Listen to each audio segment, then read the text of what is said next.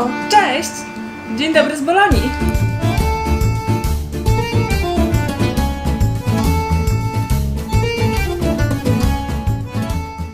Czy macie ochotę na prawdziwie włoski dzień w Bolonii? Korzystając z tanich lotów za 150 zł w dwie strony, spędzę tutaj 24 godziny. Czego nas tak boi? Nie martw się, wszystko będzie dobrze, siema. Tutaj też jakieś potwory czyhają. Za mną główna brama miasta, która prowadzi do centrum. Jest otoczona fosą i do niej wchodzi się mostkiem, jednak teraz jest zamknięta, jest jakiś remont. Muszę iść naokoło. O proszę, Ozzy tutaj będzie w marcu. Trzeba przyjechać. Bardzo blisko dworca jest wypożyczalnia rowerów, miejsce, gdzie można zostawić bagaż, więc na pewno to znajdziecie. Ojej, już bym nie wjechał chyba.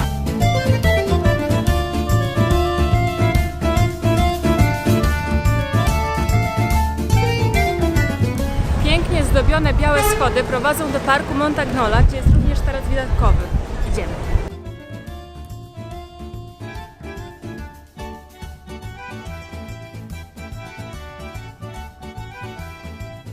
To mi wygląda na taki lokalny punkt spotkań, wiecie, spotkajmy się, jak zwykle przy schodach, tak po prostu przy głównej bramie.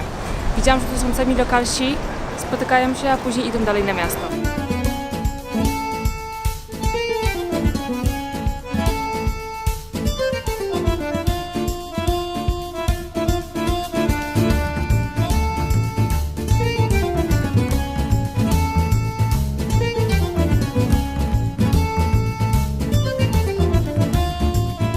Co mnie zawsze zadziwia we Włoszech, to ilość podróbek na ulicach. Czasami się z tym bardziej kryją, czasami mniej, po prostu są normalnie tutaj stoiska z tymi rzeczami i nikt na to nie reaguje. Teraz pewnie trafię na czarnoskórych, którzy mają po prostu w tych workach takich wielkich różne torebki, zegarki, nie wiadomo co. Jak przychodzi policja, to wszystko tak zwijają i sobie idą, że ich tam nie było.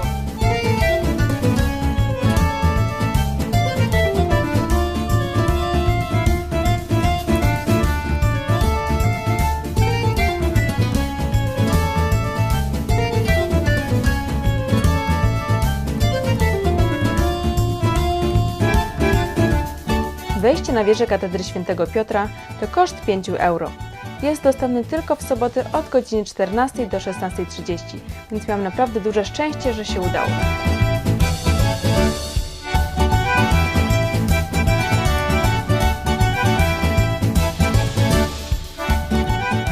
Trochę jest ciasno, ale nie jest źle. Jak wchodziłam 3 lata temu na wieżę, no to ta droga była gorsza, cały czas były schody, a tu się po prostu idzie w kółko.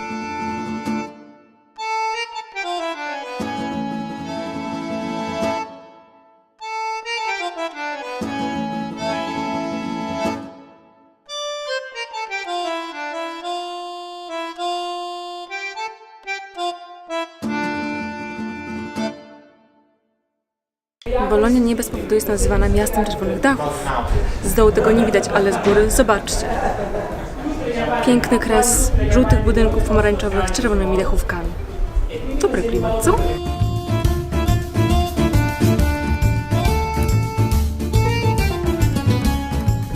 Z tych widoków, ile można patrzeć na miasto z góry. Następnie mamy możliwość również zwiedzenia podziemnej części świątyni oraz krypty. Ile tu jest ludzi, jaki to jest niesamowity klimat. Każdy wychodzi z rodzinami, ze znajomymi na kawkę, na drinka. To jest takie prawdziwe włoskie życie, tego czego mi po prostu brakuje w Polsce. Takiego luzu, tak? Ale piękny malunek.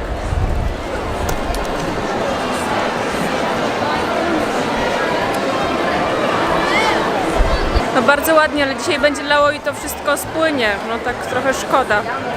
Po wszystkich przystankach, chociaż cały czas szłam główną ulicą, ale ciągle się zatrzymywałam, żeby na coś spojrzeć, żeby pójść tutaj do bazyliki.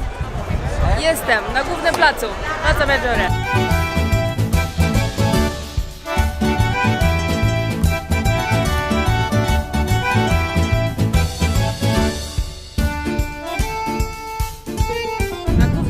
Ciągle jest coś w remoncie. Jak byłam tutaj 3 lata temu, to tak samo były zasłonięte budynki różnymi reklamami pięknymi. O, proszę bardzo. No ale dobrze, że to wszystko odnawiają, konserwują. Kiedyś może zrobią. Typowa typowa włoska sobota, pełno ludzi. Ja myślałam, że teraz jest już po sezonie, ale z drugiej strony zaczął się przecież rok akademicki, a w Bolonii jest najstarszy uniwersytet w Europie, czyli Uniwersytet Boloński. Na pewno ściąga tutaj dużo studentów z całej Europy. Jakaś demonstracja tu jest chyba. Flagi kolorowe, pełno ludzi. Era una scossa all'Europa in che modo? Cambiando la legge sulla cittadinanza. Avevamo la Zapytałam młodych osób, po co tutaj w ogóle chodzi i okazało się, że obecny minister Włoch chce usunąć wszystkich imigrantów oraz zabronić wjazdu nowym. Dlatego ludzie się zebrali i protestują przeciwko temu. Ale szczerze mówiąc jest tutaj dosyć mało. Nie wiem, czy oni coś z tym zrobią, czy nie, ale rzeczywiście sytuacja jest dosyć poważna. Odpoczywam sobie na głównym placu, po prostu z innymi ludźmi. Na chodniku. A co? Dobra, tak szczerze mówiąc, jeszcze się mało uśmiechałam. Muszę to nadrobić. To przecież rozpoczek, powinna się cieszyć. Ale później wam powiem, czemu tak trochę nie mam humoru.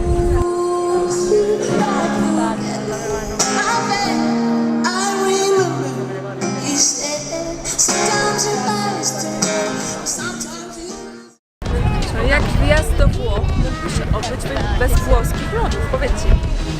Vai fuori con quel tipo con i baffi che ti viene sempre a prendere Giulietta che non mi dai le per il Luna Park igual la mamma che tutta l'altra sera mentre il tipo con i baffi ti baciava dietro l'angolo di casa chiamalo ricatto.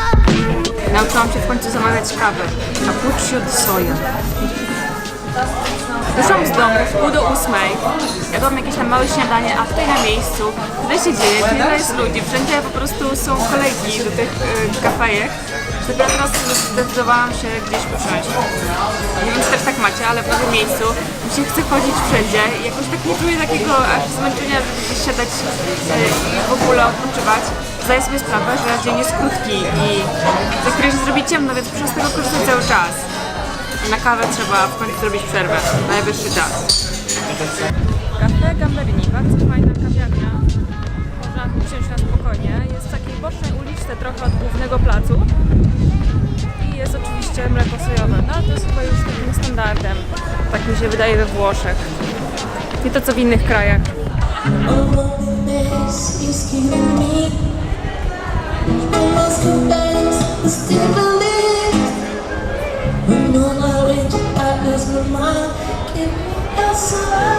Gość śpiewa same damskie piosenki, ale całkiem dobrze mu to wychodzi.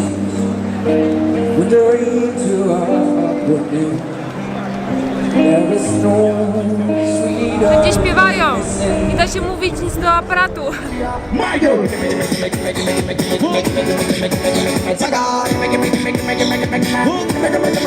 Ludzie, muzyka, śpiew, no to jest życie. Tak żyje miasto w sobotę, tak zawsze powinno być wszędzie. Boże, tutaj jest tyle młodych osób, że na pewno nie jest spokojnie. Jak ktoś szuka jakiegoś takiego miejsca, gdy wypocznie w weekend, no to tutaj tego nie znajdzie, bo Bolonia żyje po prostu wieczorami, pewnie jeszcze w nocy.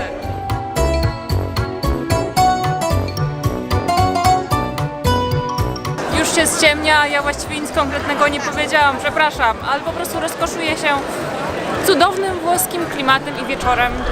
Chodzę sobie tymi uliczkami, słucham muzyki, piję kawę i miło spędzam czas. Słuchajcie, za mną są dwie wieże, które są najbardziej charakterystyczne w Bolonii, czyli Asinelli i Garisenda. Jedna jest niższa, druga jest wyższa. Na tej wyższej jest punkt widokowy, na który wchodziłam 3 lata temu. Polecam. Widok jest świetny, podobny trochę jak z Bazyliki, ale jest wyżej. Kiedyś budowanie tych wież było formą rywalizacji między bogatymi rodzinami w średniowieczu. Później pełniły one również funkcję obronną, ale pod wpływem oczywiście bombardowania i czasu już została tylko garstka z nich. Garisenda jest o połowę mniejsza od Asinelli i się jednak zawaliła. Na nią wstęp jest zabroniony. Na Asinelli wstęp kosztuje 3 euro i musicie pokonać jakieś 500 schodów do góry, co naprawdę jest takim trochę małym wysiłkiem. W porównaniu do Bazyliki wejście jest dużo trudniejsze, przyznam, więc zastanówcie się, jaki punkt widokowy wybieracie, a ja idę dalej.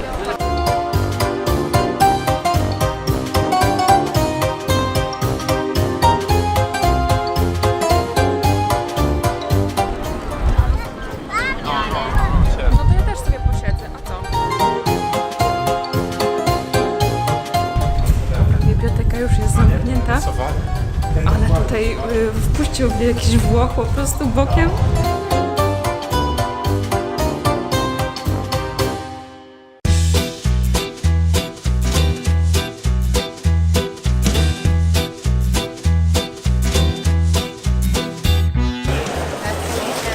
Teraz już jest w sumie dużo miejsc zamkniętych. Mam sobie wyobrazić, że tutaj wszystko jest otwarte.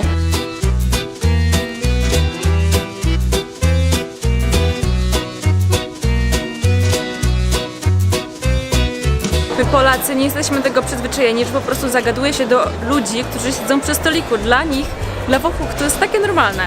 Kiedy ja sobie siedziałam na tych schodach, oczywiście ktoś tam zagadywał z boku, ja taka biedna tutaj, speszona, no ale w końcu pogadałam z kimś i dostałam od razu jakiś tutaj tour po okolicy.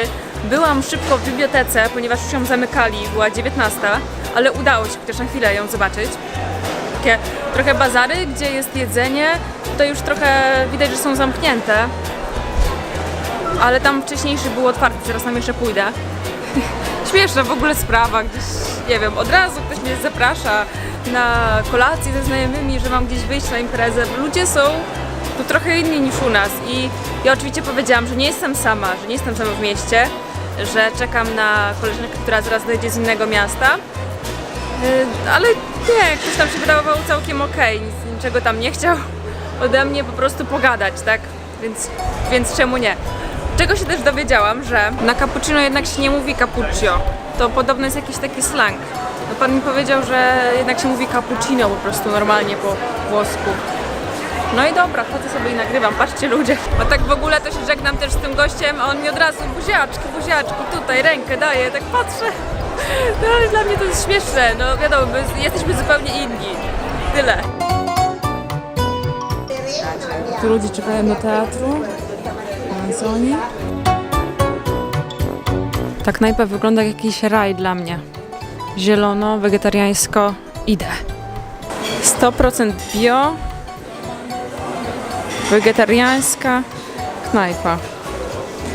100% ekologiczna restauracja. Co by tu wybrać? Od czego by tu zacząć dobrego? A oto mój wegański seitan z karczochami, z jabłkami i z sałatką. Zostałam namówiona na lody pistacjowe. To 1,5 euro, czyli co to jest już napiwek chyba, tak? Seitan 9 euro, szpryc 5 i deser 5,50, 21 euro. No cóż, raz się żyje. To miejsce w ogóle nie wpisywało się w kanon Bolonii, że jest tłuste i niezdrowe, bo dużo pozycji było też wegańskich i naprawdę wszystko było organiczne.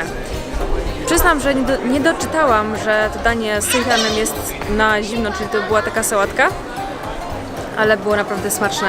Tak jak również i deser, na który zostałam namówiona przez pana, ale nie żałuję. Bardzo dobre lody, dzięki.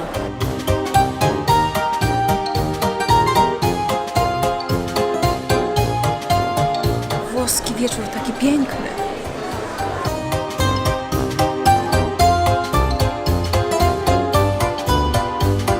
Życie w Bolonii jest po prostu cudowne.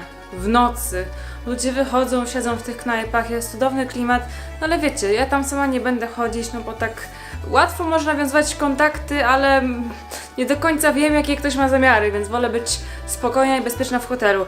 Widzimy się jutro rano.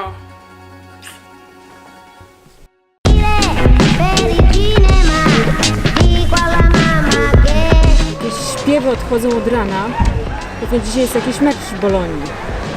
Pełno kibiców wyszło z dworca. Słyszycie? Pa, pa!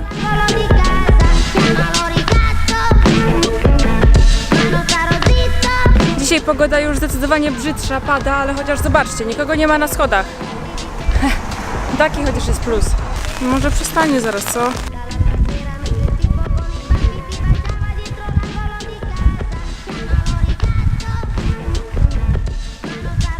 Jest coraz gorzej. To jest piękna Bolonia w deszczu. Ja pod parasolem. O. Ale nawet nie mam jak postawić aparatu, żeby sobie zrobić zdjęcie czy coś pamiątkowe, bo wieje wiatr i zaraz mi go zwali. A tutaj tak ludzie chodzą, słuchajcie, pod parasolami i nie wiem, czy mi to robią. Za godzinę muszę być na autobus lotniskowy i trochę mi to pokrzyżowało plany, no ale wiecie, trudno się. Patrzcie, jak te kolory liści teraz pasują do budynków miasta. Nie ma takiego sypu jak w Neapolu na przykład. W Bolonii fajne jest to, że aż tak bardzo tutaj nie zmokniecie, bo zobaczcie, wszędzie są arkady. Kiedyś chcieli w mieście wybudować więcej mieszkań, ale już nie było na to miejsca, więc wybudowali takie nadbudówki, a poniżej były arkady. One są bardzo wysokie, ponieważ przyjeżdżały jeszcze tutaj powozy konne. Fajnie, fajnie, więc zmokniecie tylko w takich przesmykach, gdzie nie ma tych daszków. Boczne uliczki nie są tak zatłoczone, więc jeżeli idziecie znowu do centrum, do Plaza Maggiore, to sobie gdzieś tam wybierzcie taką okrężną drogę, mniejszymi uliczkami, bo jest fajny klimat, możecie się tutaj gdzieś zgubić.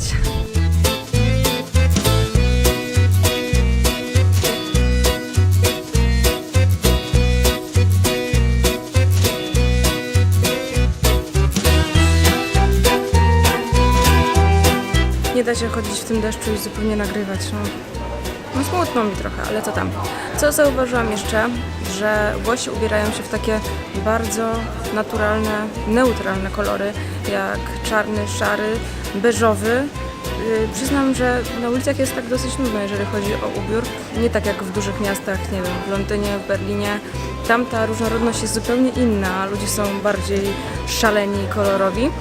Ja przyznam, że mi taki styl włoski też pasuje. Ja też się ubieram podobnie tak minimalistycznie, ale czasami lubię widzieć na ulicy coś szalonego. To takie spostrzeżenie. Co to znaczy włoska elegancja? Bo kiedyś tego nie rozumiałam, jak byłam pierwszy raz we Włoszech, że Włoszki wydają mi się takie wytworne i eleganckie. A teraz już wiem, po prostu to chodzi o stonowane barwy. To był mój hotel i moje okno gdzieś tam. A tu jest autobus lotniskowy, więc naprawdę blisko. Lecimy dalej. Autobus na lotnisko kosztuje 6 euro. Jest on oddalony tylko 8 km od centrum, czyli jedzie jakieś 25 minut. W sumie w ciągu dnia co 11 minut jest rozkład, więc nie trzeba jakoś tam wcześniej kupować biletów. Jestem trochę za wcześnie w tym lotnisku, jak na mnie, no ale lepiej to niż na ostatnią chwilę. Na lotnisku jest Carrefour. Ceny może są trochę wyższe niż w mieście, ale jeżeli chcecie coś przekąsić małego, wypić przed lotem, przed bramkami, to możecie. Na dole blisko Carrefoura jest też informacja turystyczna z bezpłatnymi mapkami. Szalony włoski weekend za mną. Czasami nie chodzi o to, żeby zrealizować w 100% swój plan i być we wszystkich miejscach, tylko po prostu usiąść, rozkoszować się włoskim klimatem i odpocząć. Dzięki za oglądanie. Cześć!